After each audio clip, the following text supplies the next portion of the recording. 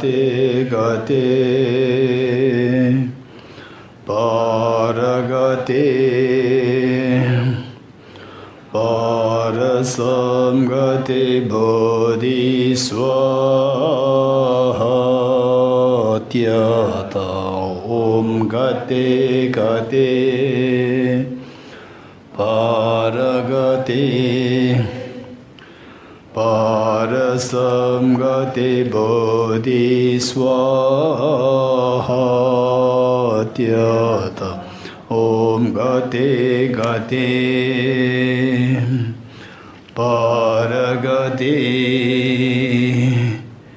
parasamgate om gate gate paragate parasamgate bodhisvatyata om gate gate paragate parasamgate bodhisvaha.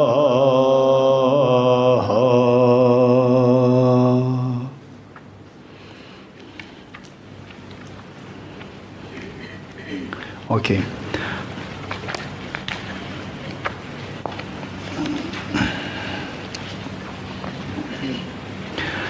Please turn to page 221.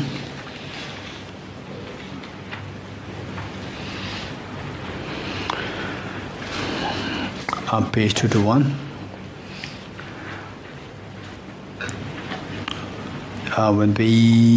When we were reading the significance of the significance and the meanings of the Sri Vajraheruka Buddha.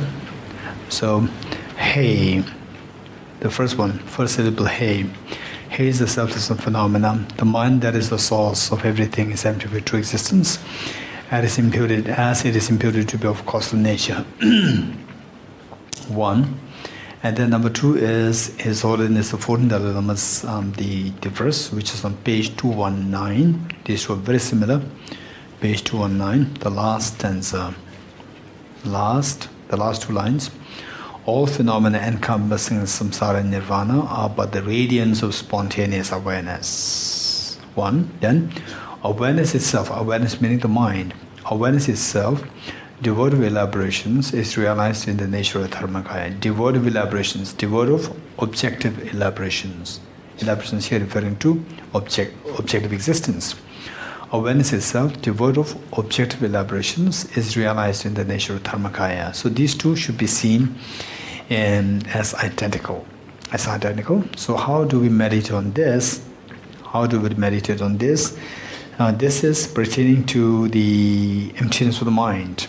Emptiness of the fear, emptiness of anxiety, emptiness of tension, and so forth. Okay. So there are two things. One, people asking about how does the meditation emptiness helps us to remove our pain. How does the meditation emptiness helps us to remove our pain? And when we speak of the pain, we keep in mind that pain is of two kinds. Pain is of two kinds, which is physical and one is mental. One is physical and mental. And the physical pain, they are again gross and the subtle. Or in the very evident and the less evident. Very evident and less evident. Physical pain. So the physical pain with the very evident, the meditation emptiness, if it does help, then the person should have a very, very profound experience, very profound and stable experience of emptiness. Mental pain and the physical pain, these two are slightly different. Physical pain is because of the external disturbance of the physiology, disturbance of the physical body, disturbance the disturbance or the injury of the physical body, right? Whereas the mental pain is purely cognitive. Mental pain is purely cognitive. Mental pain is purely cognitive, whereas the physical pain is not purely cognitive. Not purely cognitive. It's more the physical injury. Physical injury, right? Okay. So now to put them together, sometimes it could be very complex. Say, if I'm in stress, and then I have a worry there, then I may not have sleep. So I cannot fall asleep, and then I may not have appetite for food, right? Because of the worry and the stress and tension. Okay. Then what happens is that then my gastric, the juice, so that can be the acidic, the juice, it will be more corrosive. It will be more. So then stomach is empty because you are not eating anything. You don't like to eat anything. And sleep disorder. So then the gastric is affected. With this, because of the acidity there, the gastric linings, they have been disrupted, ruptured. And then there's a physical injury happening, right? Okay, initially it started mentally. And what is mentally was transferred into the physical. Now the actual physical injury happens. Injury happens because the acidity now ruptures the stomach lining. Stomach lining there, because these linings, they protect the stomach. They protect the stomach from the injury, from the acidity. Now when the acidity is stronger, then the linings are eaten up, and then the actually injury, the sore happens on the stomach lining. Okay, so now there are two things happening here. One is the mental stress, and the other one eventually turning, it happens in the form of the abdominal injury. So this abdominal injury, similar by meditative emptiness, this pain, and the pain is acute. Pain is acute. Even a very strong person, right, cannot bear this pain. Okay, this pain is so acute. When this pain, physical pain, then the meditative emptiness can hardly help you. On the spot. So the best thing is, when you have physical pain, the best thing is go for painkillers or consult a doctor, right? For the physical pain. If you are hungry, don't meditate emptiness. Go to eat something, right? Don't ask as to how to get rid of my pain of hunger by meditative emptiness. If you're hungry, go to eat something. It's purely physical. Okay. Now, if you still insist that there's somehow without which I'm not going to eat anything, I'm going to meditate, then the meditative emptiness must be very strong. So when the meditative emptiness is so intense, so refined, to the extent of non-dual experience, to the extent of non-dual direct experience, then what happens is that all the senses, sensory consciousness, they all dissolve. All the sense consciousnesses, they dissolve. Then what happens?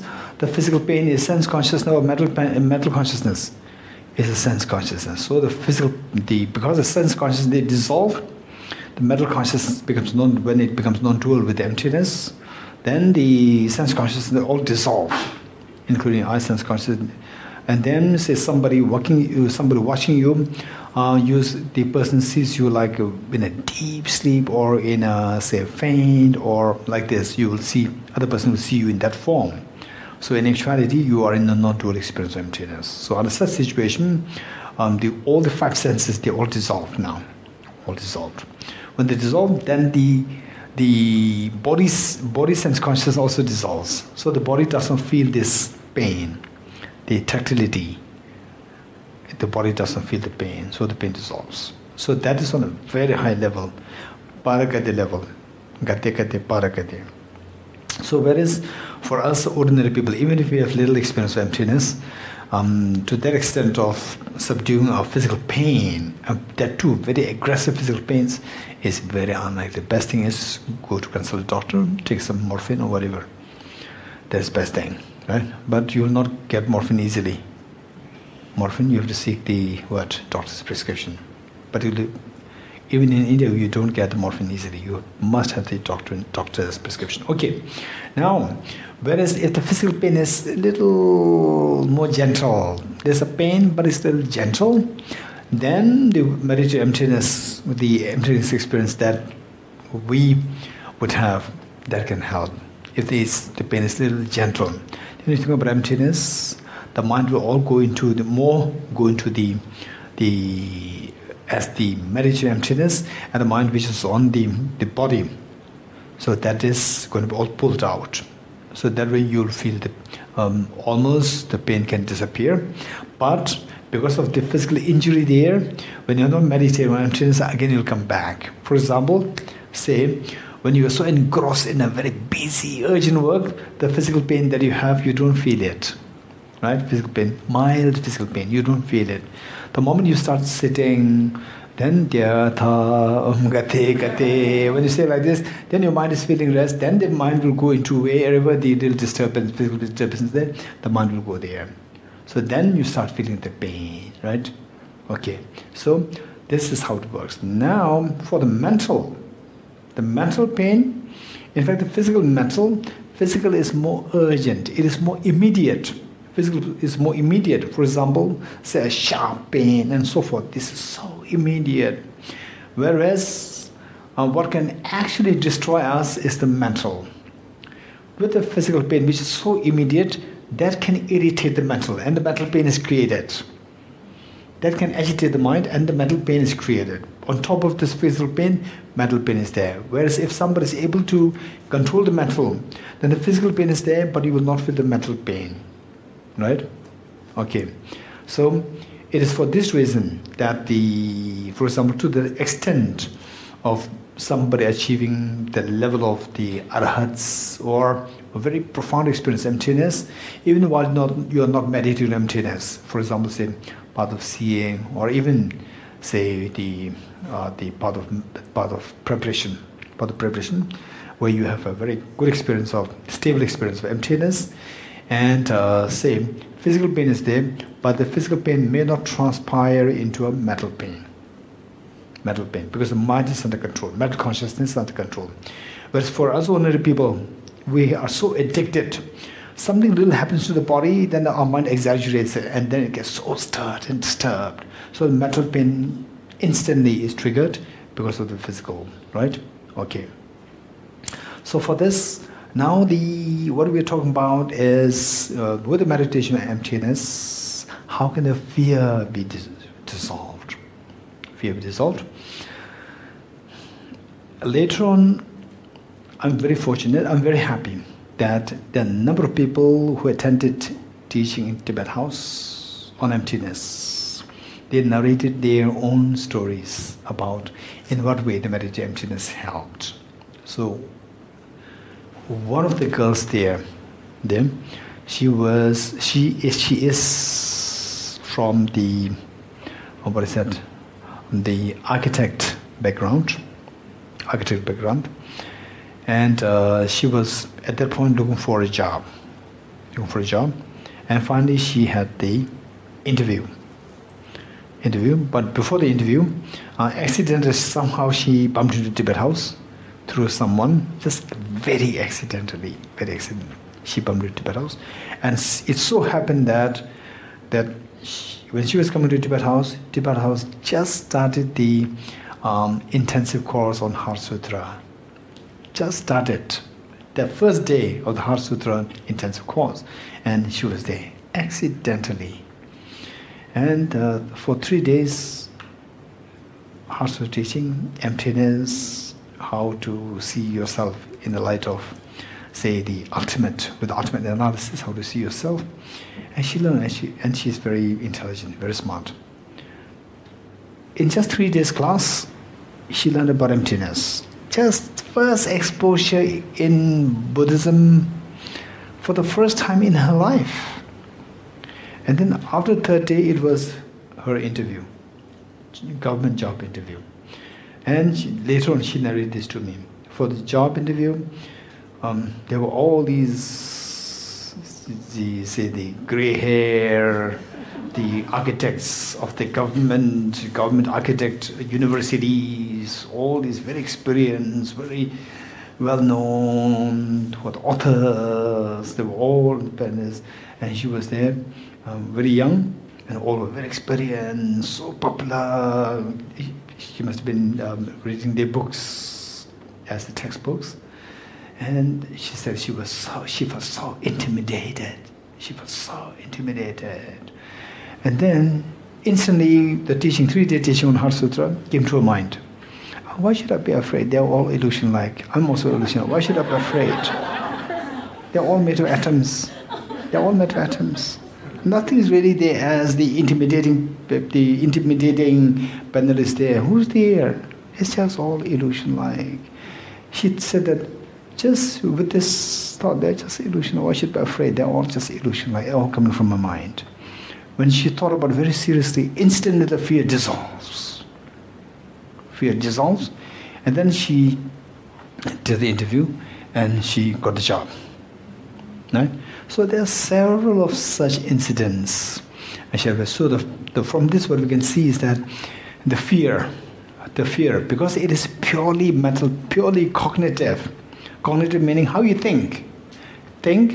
Grounded on self-grasping ignorance, automatically the fear arises.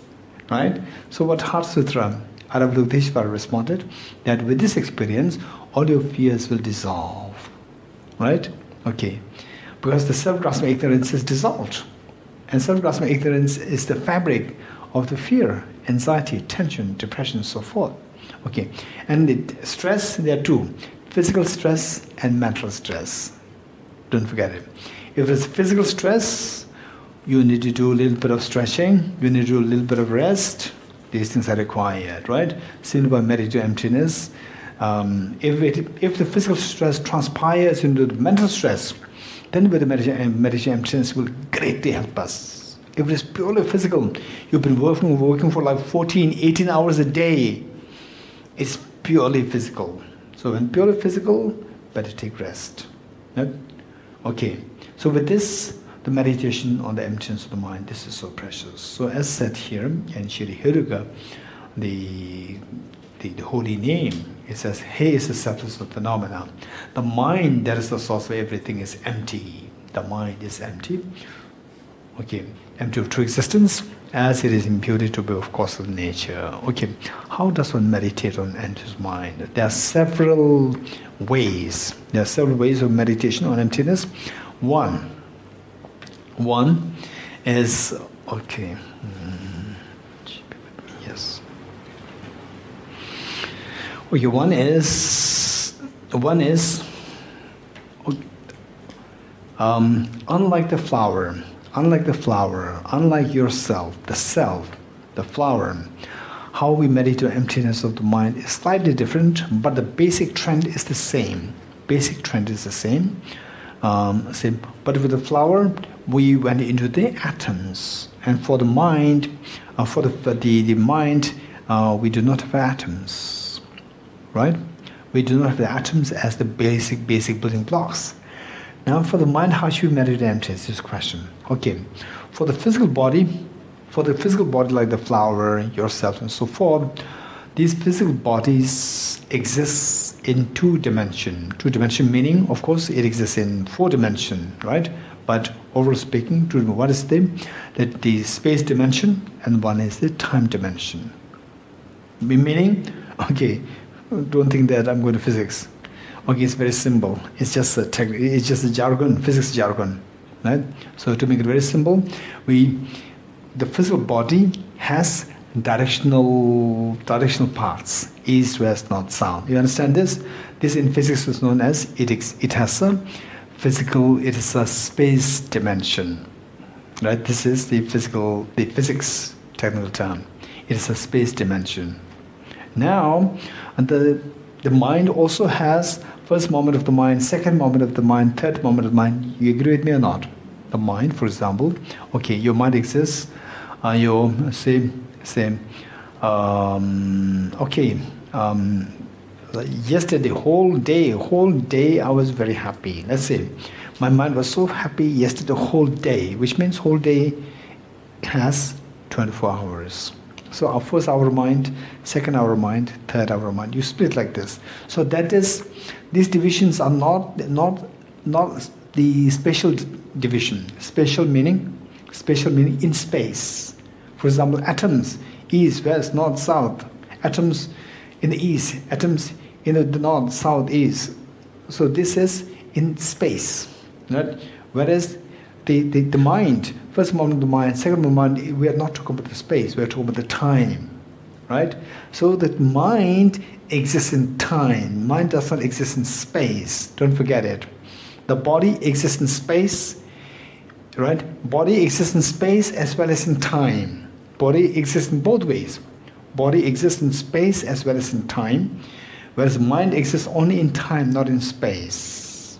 It doesn't mean that my mind is not hanging around in this hall, right? It simply means that mind does not have a physical space. As simple as that. Mind does not exist in space means mind does not have a physical space. Whereas the body has physical space as well as in time.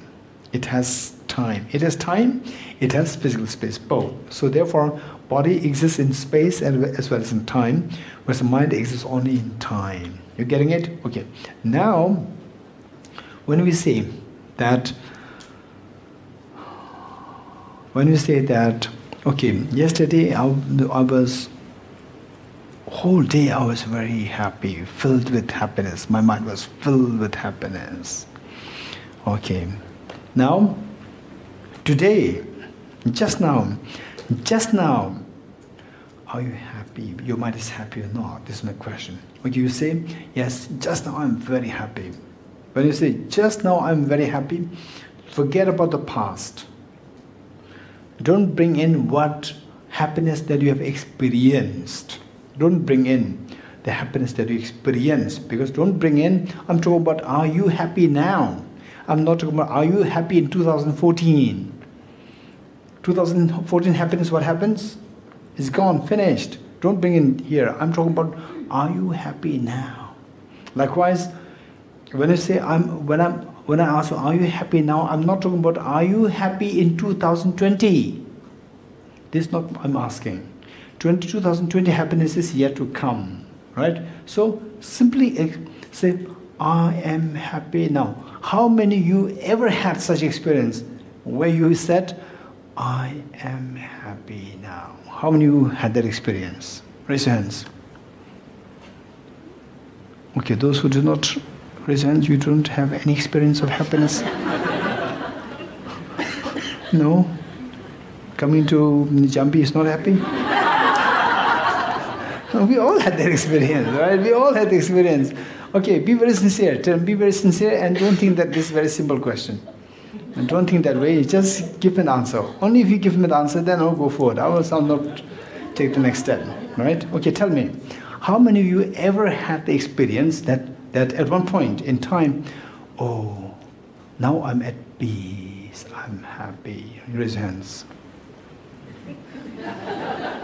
Very good, okay. Okay, very good. Now, what did I say? What question did I ask you? Did you ever have an experience when you said what? When you said, I am happy, right? Don't forget it. You said, I am happy. Now imagine, right now when you started to laugh, you must be happy. Right? When you start to laugh, okay, say you are laughing now and you are so happy and you say, I am happy now. You're getting it? Okay. Tell me, did you really experience it? Did you really experience that? Okay, don't be afraid. He might challenge us again, right? Don't be afraid of that. Speak your mind. Did you really experience that I am happy? Yes, no? Good. Okay. If you deny this, which means you are not in this world.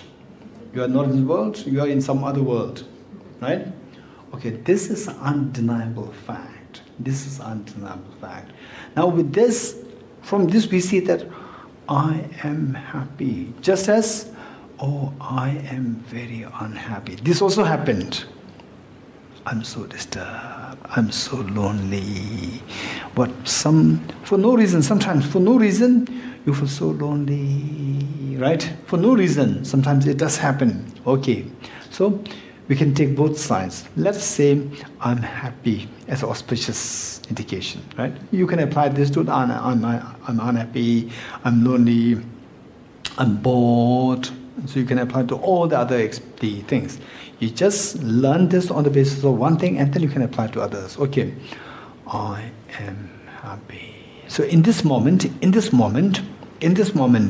don't think about the philosophy, right? Think about the conventional world. Okay, I am happy in this moment. Which year is this today? Which year? 2017. Say, are you including 1980 experience of happiness you had in 1980? Is this what you're bringing in? No. Why not? Why not?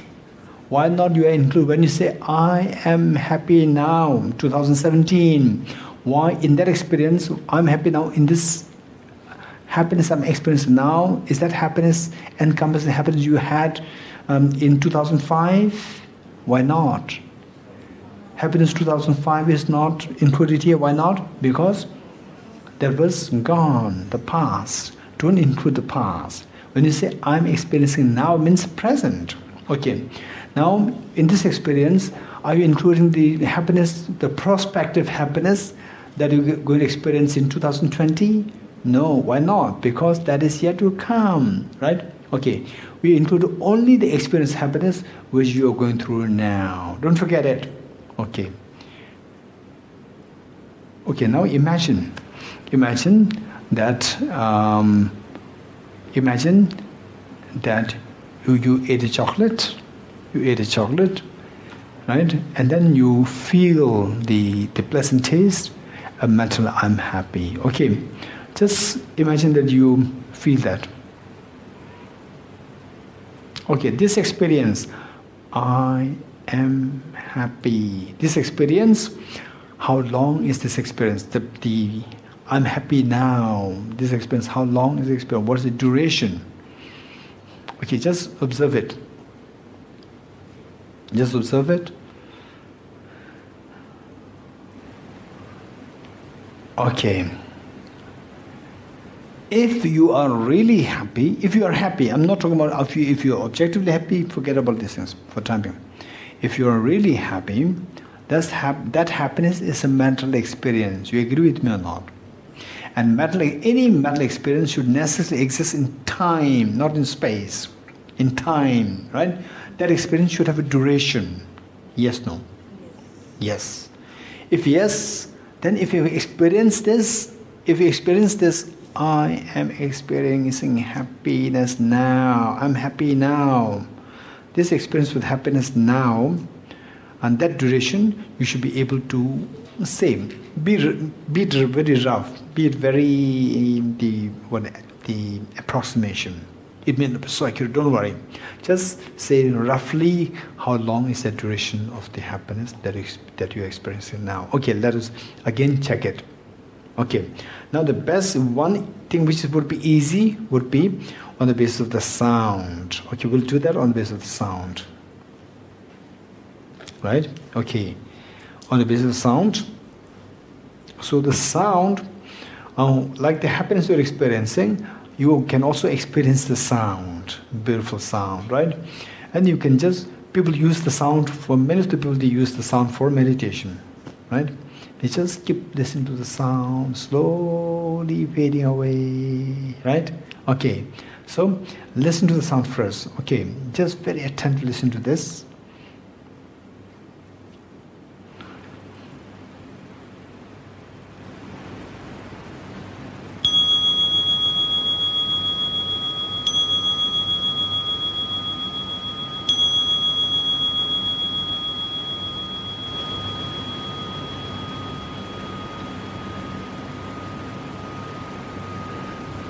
Okay, did you hear the sound? Okay, so when the sound is in its flow, say right now, imagine that this sound is in the flow right now. Imagine it is flowing right now. Are you experiencing the sound of the bell? Are you experiencing it? Yes. I am experiencing means past, present, or future. What? The present. Okay, now the present moment. See how long is the duration of the present moment. Observe it. Okay, I'll play it once more.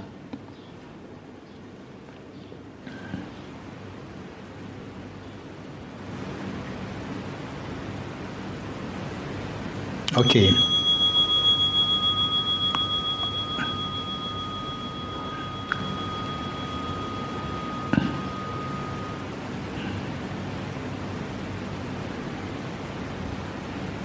Okay, let's read this again.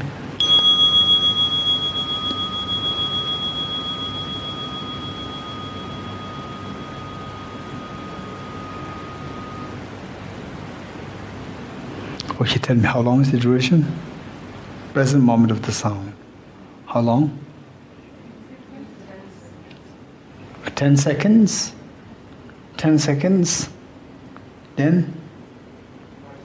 5 seconds? Then? Huh? Split. Split second. How long is that? Is 1 second? 1 moment, how long? 1 millisecond? Okay, let's say 1 millisecond. Ador is very happy with 1 millisecond. Anyone else? Huh? Okay. 1 millisecond, some is 1 millisecond, some is 5 seconds, some is 10 seconds. For others? Okay, these three. Okay, let's say first, let's say 10 seconds. 10 seconds, these 10 seconds, are they together or they came sequentially? Okay. Sequentially means when you're experiencing the second one, the first one is gone. Yes? Which means the first one was not a part of the second. First one was not a part of the present moment. And number 3, 4, 5, the remaining part yet to come. They're the future. Right? So they are not included in the present. Now, if you have really experienced as a present moment, how long is the duration? If there is some duration, that's not more than 1 second. Now, even 1 second also is in time. Yes, no? 1 second is also time, because 1 second has 1,000 divisions, 1,000 milliseconds. So, when you experience the second moment of the millisecond, second millisecond experience of the millisecond, the first moment is gone. The first millisecond is not counted because it's the past. And the remaining, like 997, 98, they are yet to come. They are future. They are not included. If there is something which you have experienced at the present moment, it should not be more than 1 millisecond. Even the 1 millisecond, it also exists in time. Time meaning, time should necessarily have 3 components: beginning, middle, and end. Time should necessarily have 3 components: beginning, middle, and end. Without these 3 components, it is not a time. Without these components, these 3 components, it is not a time. So time should necessarily have these 3 components. What are the 3 components? Beginning, middle, and end. Okay, so 1 millisecond. Even the 1 millisecond, which you think you were experiencing, you are experiencing, even that 1 millisecond, because it exists in time, it should have beginning, middle, and end. And when experiencing the middle, the beginning is gone, and the end is yet to come. So it is not 1 millisecond, it is 1/3 of a millisecond, right? And then 1/3 of a millisecond, even that is also not true. Even 1/3 of a millisecond also exists in time. And time should necessarily have three components: beginning, middle, and end. And the beginning of the 1/3 of a millisecond is gone. And the end of the 1/3 of a millisecond is yet to come. So if you are really experiencing something, it should not be more than 1/3 of a 1/3 of a millisecond. You go on like this, you go on like this, it becomes subtler, subtler, subtler, and subtler, right? Then it becomes like 1/1,000,000th of a second. You getting it? Okay, now if you are really experiencing something, it should not be longer than 1/1,000,000th of a second. And imagine, can you imagine that something which lasts for 1/1,000,000th of a second, can you experience it like a very serene experience? Can you have that experience? Okay, let us see. Right?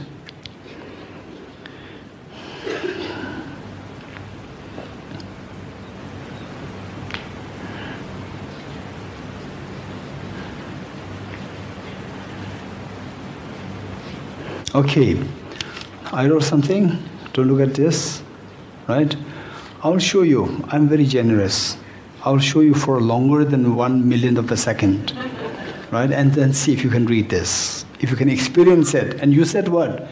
You experienced. I experienced the present moment. You said it or not said it? I experienced the present moment of the sound of a bell. You said it, right?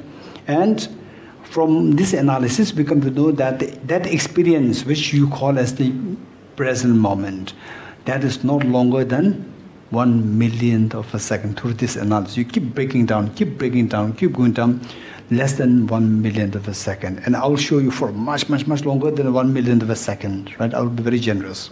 Okay, then you see whether you're experiencing something. Okay, are you ready? Ready? Okay.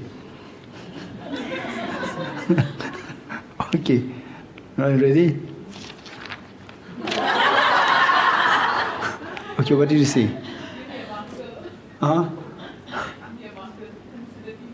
Okay, I'll show you this again. I'll be more generous now. Yeah, now, earlier I showed you maybe like, say, what? 300 times 1/1,000,000th of a second. Now I'll show you 600 times 1/1,000,000th of a second. Much longer, double the length, right, of the duration. Are you ready? What did you see? What did you see? Huh? What did you see? You don't see. Did you experience something what is written there? Exactly what is written? You didn't experience. Why did you not experience it? Too fast. The duration is too short. So when the duration of the sound of the bell is 1/1,000,000th of a second, how can we possibly experience it? But we got the feeling that I'm experiencing the sound of the bell. This is illusion. Right? If there is something that you're experiencing, it cannot be more than 1/1,000,000th of a second through this analysis. And this analysis is not fantasizing. This is not what we are fantasizing, or we are just going to the dream or illusion. This is actually the fact, what we are discovering the fact. And through this fact, we see that we're going deeper to see what is really there as the experience. We see that nothing's really there, right? You're getting it? Okay. Now with this, when you feel the, say, mental agitation, okay, for the physical pain, I'm sorry, we can't do as much. Particularly very aggressive physical pains, this meditation will hardly help us, right? Now for the mental agitation, for example, say somebody says nasty thing against you and you feel so upset as the whole world has collapsed now, right? Okay, now you are taking the responsibility of rectifying the world. Okay, so this kind of the feeling of agitation, irritation. Then your mother comes, hey, my daughter, you let a cup of tea. You say, what cup of tea? Right? You become so angry, and then you shout to your mother. Actually, your mother did not do anything. It's someone else who just said nasty things, right? And then you are so angry. So for this meditation emptiness will 100% help you so easily, right? Okay, so for this, what we do? Go into your room, latch the door. Don't keep any knives nearby. Don't keep any knives nearby, right? Okay, that's good. Otherwise, be mindful. Sit down calmly. And then ask your mother, please don't open the door. I will not latch from inside also if there's something happens. right? I was not left from inside. Okay, then you just do the breathing meditation to subdue the gross agitation. Subdue that. For that, to a little bit of breathing meditation. Once the gross agitation subsides, then you think about this. Just observe this. Okay, I was feeling so upset. A feeling of upset, feeling of agitation, feeling of pain, right? So where is this feeling of pain? Just observe it. I'm feeling it. Yes, I'm feeling it now. Even now I'm feeling it, although not as gross as earlier, but still I'm feeling this pain. Okay. Are you really feeling it, or you felt, or you are going to experience, right? I am feeling it. Okay, I'm feeling it means you are presently feeling it, present moment, right? Okay. Now with this, now what you do is you just go into this analysis. Okay. I'm really experiencing this pain. I am experiencing this pain. Okay, let's say, how long is this duration? We can say 1 second. If I say 10 seconds, again, I can really locate it. It's like 1 second. Okay, let's say 1 second. But for sure, it cannot be 1,000th of a second. 1,000th of a second we cannot experience. And it cannot be longer than, say, 10 minutes, because I just said for 2 minutes. I said the meditation for 2 minutes. It cannot be longer than 2 minutes. It cannot be shorter than, say, 1,000th of 1 millisecond. Well, because 1 millisecond I cannot experience it, but I am experiencing it. And I sit for meditation for how long? For, say, just 2 minutes. 2 minutes. Okay, it cannot be longer than 2 minutes. It cannot be shorter than 1 millisecond. Okay, let's say during this. So let's say 1 second then. 1 second. So this 1 second of the pain, this pain, agitation, the pain, same, it is 1 second. 1 second is made of 1,000 milliseconds. When I am experiencing the second moment, and these 1,000 milliseconds, they exist in sequence. They came to me in sequence. It did not come in bulk. They came to me in sequence. Which sequence means when I first had experienced the first millisecond, the remaining are yet to come. When I have the second experience, second millisecond, then the first is gone. The remaining are yet to come. I'm looking for the present. I'm not interested in the past. I'm not interested in the future. So when I experience this second moment, second millisecond, the remaining 998, they are yet to come. And the first moment is gone. These are totally unrelated. These are not present. Okay. Now, if I'm experiencing something as a present moment, it should not be longer than 1 millisecond. Even this 1 millisecond, even this 1 millisecond of the pain, it exists in time. Because it is a mental state, mental feeling, it exists in time. And time should have 3 components, beginning, middle, and end. And the beginning is gone, end is yet to come. Again, it becomes 1/3 of a millisecond. 1/3 of a millisecond is impossible that I experience it. So what I experience at present moment, where is it? I cannot locate it. I cannot locate it.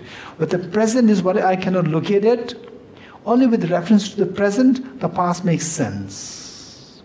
So without the present, past does not make any sense. Without the present, the past, future does not make sense. Without past, present, and future, time does not make sense. Without the time, mind does not make sense. Right? So this all rationality is not what I'm fabricating, what I'm exaggerating. This is all facts. This is reality. This is reality. Wow, it's amazing. So this pain, where is it? It's gone. Right? So in the process, there are 2 things. Because you analyze it so much, this irritation, the mind which is absorbed in the irritation, that is pulled away. This is one way. This is one way where the irritation dissolves. Now another way, more important, is that irritation per se, you will see that as an illusion. Irritation per se is not findable there from the object. It is illusion.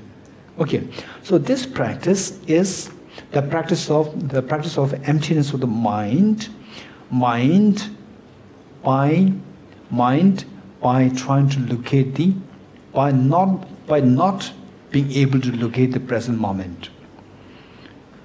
Meditation on the emptiness of the mind by not being able to locate the present moment of the pain, present moment of the mind.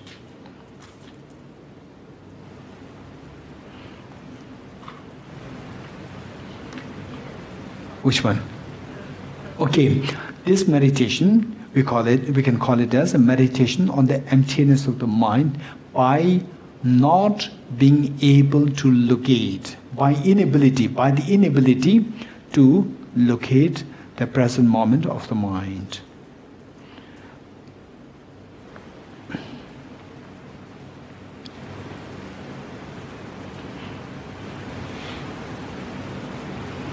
Right? Okay. Meditation on the emptiness of the mind by the inability to locate the present moment of the mind. Okay, one. Okay. The next method. The next method. We will do the next method or we'll relax. Huh? Relax? Huh? Huh? Wow, we should meditate on this, right?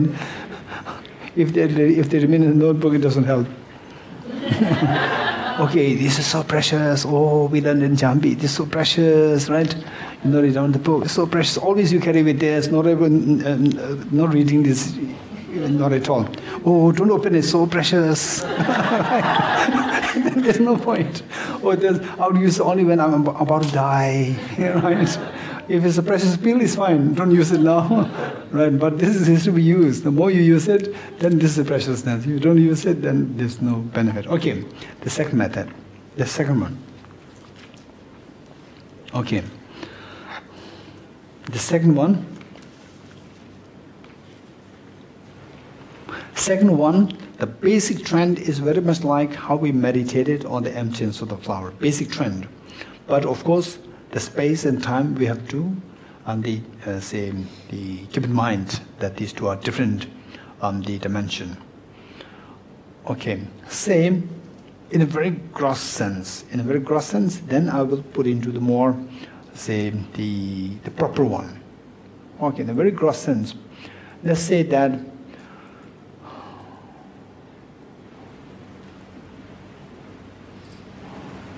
in a very gross sense, let's say that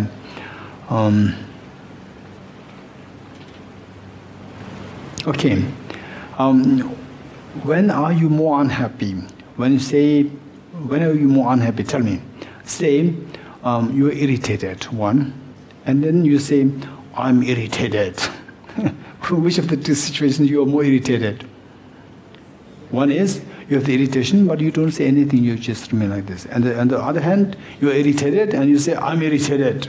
Which is more, to which of the time you feel more irritated? The second one. Because irritation is there, and then your mind, it is, who's saying this? I'm irritated. Who's saying this? Your mind is saying this. All right? It's the words. And these words, who dictated these words to come out?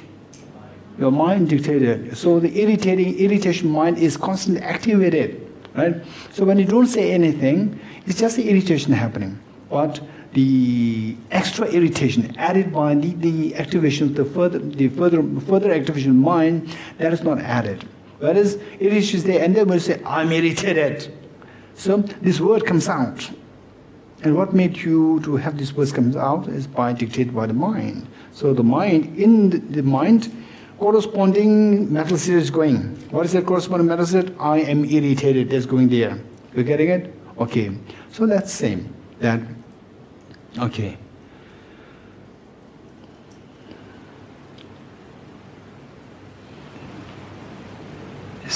Ken, right? I. Singen, am, deiner, wer, Seu in, ri, Fizala, ha, when, be. I am very happy. Okay? Don't forget this. Okay, so all of us, and who's saying this? Words are coming out. Words are coming out These words are dictated by which? Dictated by what? Dictated by your mind. You're getting it? Dictated by your mind. Okay. So imagine that 6 of them. Imagine that the rest of you, you are seeing a box. In the box, from the sound like this, you could infer that there is someone there in this box. And you have been eating food, drinking and so forth around this, what is that place? That hall, dining hall? But in this box, somebody's always playing like this, right? No food, no drink, whatever. And you become a little worried, you become a little concerned. But there is someone there. That person must be a little hungry. Right? And then you bang at the door, you bang at the box, and say, how are you? Right? Okay, the answer. I am very happy. Okay, say it again. Okay, imagine that you are not seeing them. You are seeing just a box, and they just tapped the box and said, how are you? Say this. Hey, rest of you. How are you? I am very happy. Okay, what did you get? What did you hear? What did you hear? I am very happy. Did you really hear that? Did you really hear that I'm very happy? Did you hear that? Did you undeniably hear that? Yes, don't say no. But you heard it. Now what you did? What you do? Because you heard that very happy, you don't care to bring any food here, right? And then you just break the box and you see 6 of them. They're all terribly hungry because they did not eat anything while you were busy eating there. They did not eat anything. They were terribly hungry. And then you said, hey, you're happy. He said, no, I'm not. I'm never happy because I don't get anything to eat. And Fizala, right? And COE, Dana, Ziying, and Xiao Hen, right? So everyone was totally unhappy. But you said you are very happy. No, I did not say this. I just said P. Right? And you said where? You said very unhappy. You said I'm very happy. No, I just said where and finish. And what did you say? And I just said re. Hey, Ziying, you said you are very happy. You must be the one. What did you say? I just said am, right? And what about Sewi Yin? Huh? Oh, I just said I. I didn't say I'm happy. But you undeniably heard someone having said, I am very happy or happy? I'm happy, right? You undeniably heard this, but when you come here, nobody said it. Nobody said it. Did you hear this? Did you hear that I'm happy? Or what did you hear? I'm unhappy or I'm happy? What did you hear? I'm happy, okay. But when you come here, when you check with them, nobody said it. Nobody said it. But if nobody said it here, then how come that you undeniably heard this? I am happy. Okay, let's see. Okay. What did you hear? Okay, now the 6 of us, a little faster. I am very happy. What did you hear? I'm very happy. You undeniably heard this. But you went check with these people. Only there are 6 people. It's easy for you to check these 6 people. Check with these 6 people. Nobody said that I'm very happy. I'm very unhappy. Right? Okay. Now, if nobody said it, how did you undeniably heard it? This is because what individual people said different words. Your mind put them together. Your mind is subject or object. Your subject is busy. Your subject put them together and created a concept that somebody said, I am very happy. This is how your mind put them together and create one entity. We said, I am very happy. In actuality, nobody said it. Right? Likewise. Now let's see. Okay, let's see. Say again. I am very unhappy. I am very unhappy. Okay, let's see. I am very unhappy. Okay, what did you hear? Okay, in Singapore, which is more common? I'm very happy, I'm very unhappy. Which is more common in Singapore? I'm not too sure. Okay, let's say whichever is more common, it doesn't matter. Oftentimes, we do have the unhappy experiences. We do have the pains. Okay, say we go through the pain, and then say when you say that so physical pain, you apply this, it may not work, right? Physical pain. Mental agitation is purely cognitive. Now with this, you are changing the cognitive aspect. You are changing the cognitive aspect, right? So the cognitive aspect which makes you to feel the pain, mental pain is solidifying everything together, Now with this, when you see the emptiness, it is, I don't know whether it's a proper English, dissolidified. Okay. How many would say it's a correct or not correct? Anyway, you understand it. I don't know whether this is such word. Tarara, there's such word? Dissolidify. Okay. Let's say this meditation helps us to dissolidify or cognitively revert the earlier cognitive perspective. Revert this. Just change it, right? Okay, earlier it solidifies, now it dissolidifies that. Because of which the pain disappears. When the solidification happens, then the accompanying feeling is pain, agitation, irritation. When dissolidified, the accompanying feeling of the solidification dissolves. So the pain dissolves, right? And this works so effectively when it is a mental pain, right? Okay. Now let's see.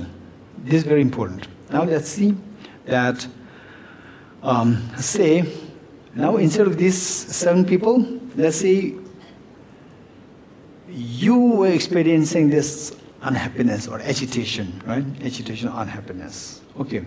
So your mind says, I am very unhappy. I'm very unhappy, right? And so this mind, when your mind, is all very cognitive. I am very unhappy. When you say this, your mind, how many moments are there? How many moments of mind are involved? I am very unhappy. How many moments of mind are involved?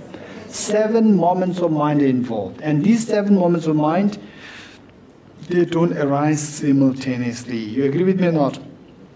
These 7 moments of the mind exist in time. When the first moment, right? First moment of the mind says, I, and then it runs away. It disappears. Then the second moment of the mind comes, it says, am, and the first moment is gone. And the remaining moment are yet to come. The remaining 5 are yet to come. Then third moment says, where, and then left. Right? And then on, and last moment of the mind said what? P, and it did not say, I am very unhappy. It didn't say anything. It just said P and then left. No single word, no single mind within the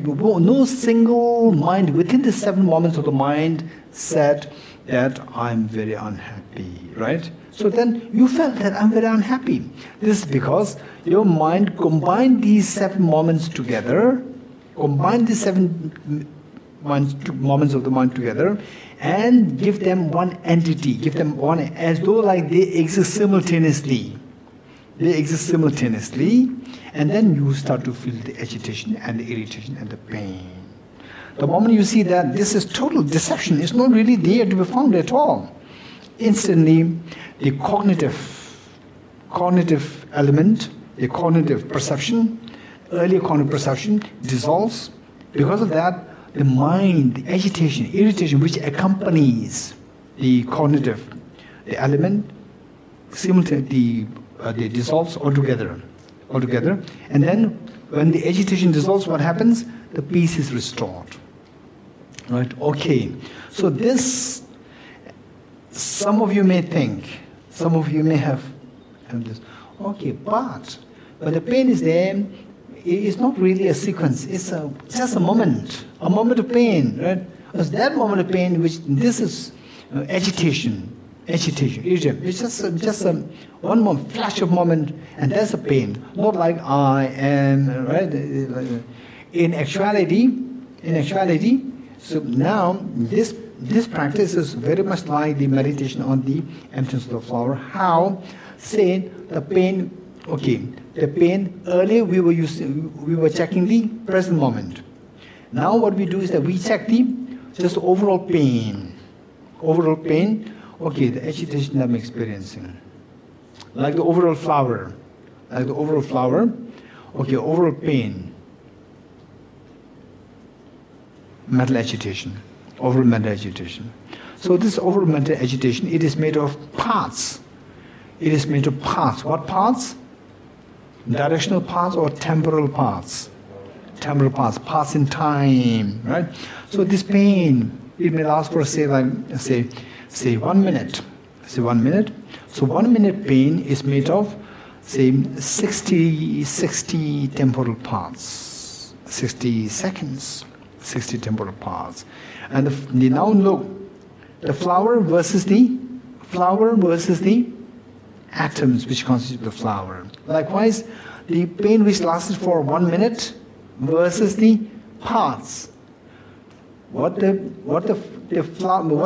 flower has, the atoms as its parts, the 1 minute lasting pain has its parts as what? 60 temporal segments as its parts, right? Now the flower versus the atoms, and the 1 minute lasting pain versus the 60 moments of the 60 second moments of the pain, right? So 60-second moments of the pain, these are the parts, and the whole is what? 1 minute lasting pain, right? Now you see that the pain which irritated me is the 1 minute lasting pain. Okay, where is this 1 minute lasting pain? So in actuality, it is just 60 moments, one after the other, one after the other. They are not simultaneous. They are all sequential. So I never experienced what is known as the 1 minute lasting pain. It's all sequential. The first moment I experienced, and then second moment I experienced, first one is gone, remaining yet to come. Right? So this is how we see that over the totality of one minute lasting pain is what I never experienced. Besides the components, when you go into the components, when you go to the atoms, the flower disappears. Likewise, we go into the components of the 60-second experiences, the 1 minute lasting pain disappears. The way the flower disappears when you go into the atoms, right? Okay, tell me. To give the analogy of the flower is the whole and the parts are millions of atoms. Likewise, 1 minute pain is the whole and the parts are the 60 temporal segments. 60 temporal segments. Right? Okay, let's say 1 second pain. 1 second pain. Let's say 1 second pain. Can we experience pain for 1 second? Can we experience pain for 1 second? Just use a common sense. Yes? Okay. Tell me, what would the duration of time, minimum of which is required to experience pain? What do you think? What would the minimum duration of time required to experience pain? 1 second? 1 second we can experience pain quite a lot. Right? For example, okay, you hit yourself a little bit, hit or pinch. Do you feel it? Do you feel the pain? How the moment you hit it, just a split of a second, right? For a split of a second, you just felt the pain, right? And pinch it. You can feel pain. But 1,000th of a second, we cannot feel it. 1,000th of a second, we cannot feel it, right? Say maybe like 1 second, we can easily feel. 100, I think we can feel. 100, we may be able to feel it. Very brief, we can feel. But 1,000, very unlikely, right? 1,000th of a second duration, we cannot feel the pain. Okay, let's say The pain which lasts for, the pain agitation, the pain, mental pain which lasts for 1 second as a whole. Flower is the whole. And what's the parts of the flower? Atoms. Now what is the part of the parts for this 1 second lasting pain? These say 1000 millisecond temporal seconds of the pain, right? Okay. Now these 1000 milliseconds of temporal seconds of the pain, do you experience these 1000 milliseconds together or in sequence? Sequence. Sequence means you experience only 1 millisecond of a pain at a time, not all the 1000 together, right?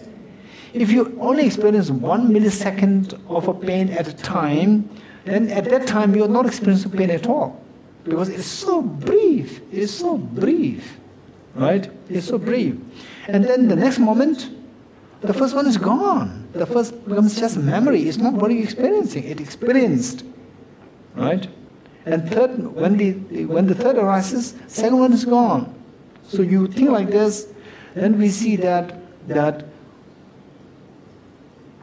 in actuality, that there's no moment of my mind which experiences the pain. So where is this totality? Like when you go into the atoms, what happened to the flower? The flower disappears. When you go into the temporal segments of the pain, the totality of the pain disappears. Right? Okay. Because we did a lot on the flower, you can apply the pain and its temporal segments with the analogy of the flower and its dimensional or directional parts like the atoms. So you apply these two things. So this is very similar. Okay. Okay, we'll stop here. So this, yes, Jay.